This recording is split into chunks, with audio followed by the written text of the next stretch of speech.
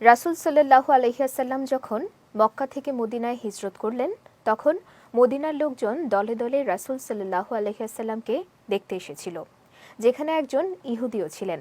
মুহাম্মদ সাল্লাল্লাহু আলাইহি ওয়াসাল্লামই ইহুদিদের ধর্মগ্রন্থে বর্ণিত শেষ নবী কিনা তা যাচাই করতে তিনি রাসূল সাল্লাল্লাহু আলাইহি ওয়াসাল্লামকে কয়েকটি প্রশ্ন করলেন এবং যার উত্তর পেয়ে তিনি সঙ্গে সঙ্গেই ইসলাম গ্রহণ করেন। বিস্তারিত ডেস্ক রিপোর্টে।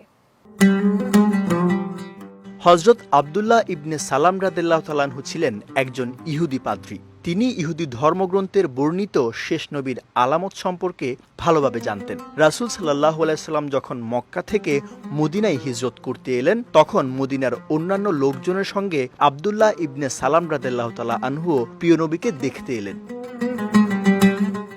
আব্দুল্লাহ ইবনে সালাম রাদিয়াল্লাহু তাআলা আনহু রাসূল সাল্লাল্লাহু আলাইহি সাল্লামের নুরানি চেহারা দেখেই অনুভব করতে পারলেন যে সত্যি ইনি আল্লাহর প্রেরিত শেষ নবী। প্রিয় নবী সেদিন উপস্থিত নব্য মুসলমানদের মধ্যে ইসলামের বিভিন্ন বিষয় নিয়ে আলোচনা করছিলেন। রাসূল সাল্লাল্লাহু আলাইহি সাল্লামের কথা শুনে হযরত আব্দুল্লাহ ইবনে সালামের মনে প্রশ্ন জাগলে তিনি কোনো প্রশ্ন না করেই চলে গেলেন। দ্বিতীয় দিন নবীজির কাছে উপস্থিত হয়ে তার সঙ্গে কিছুক্ষণ একান্ত আলোচনাকালে এমন কিছু প্রশ্ন করলেন যার উত্তর একজন নবী ছাড়া অন্য কারো পক্ষে দেয়া সম্ভব নয়।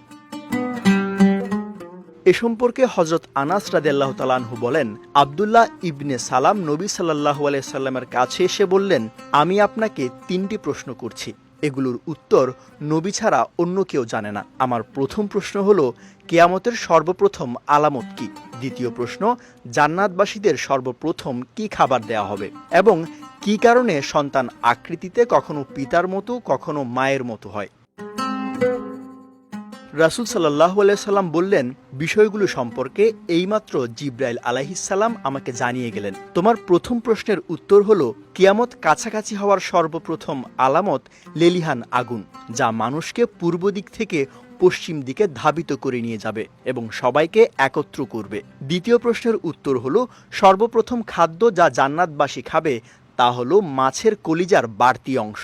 এবং শেষ প্রশ্নের উত্তর হলো, যদি নারীর আগে পুরুষের স্পাম নিঃসরণ ঘটে তবে সন্তান পিতার মতো হয়, কিন্তু আগে যদি নারীর হয় তবে সন্তান মায়ের মতো হয়। এসব উত্তর শুনে আব্দুল্লাহ ইবনে সালাম রাদিয়াল্লাহু তাআলা আনহু সাথে সাথেই ইসলাম গ্রহণ করলেন। সৈয়দ নওশাদ, বিজয় টিভি, নিউজ ডেস্ক।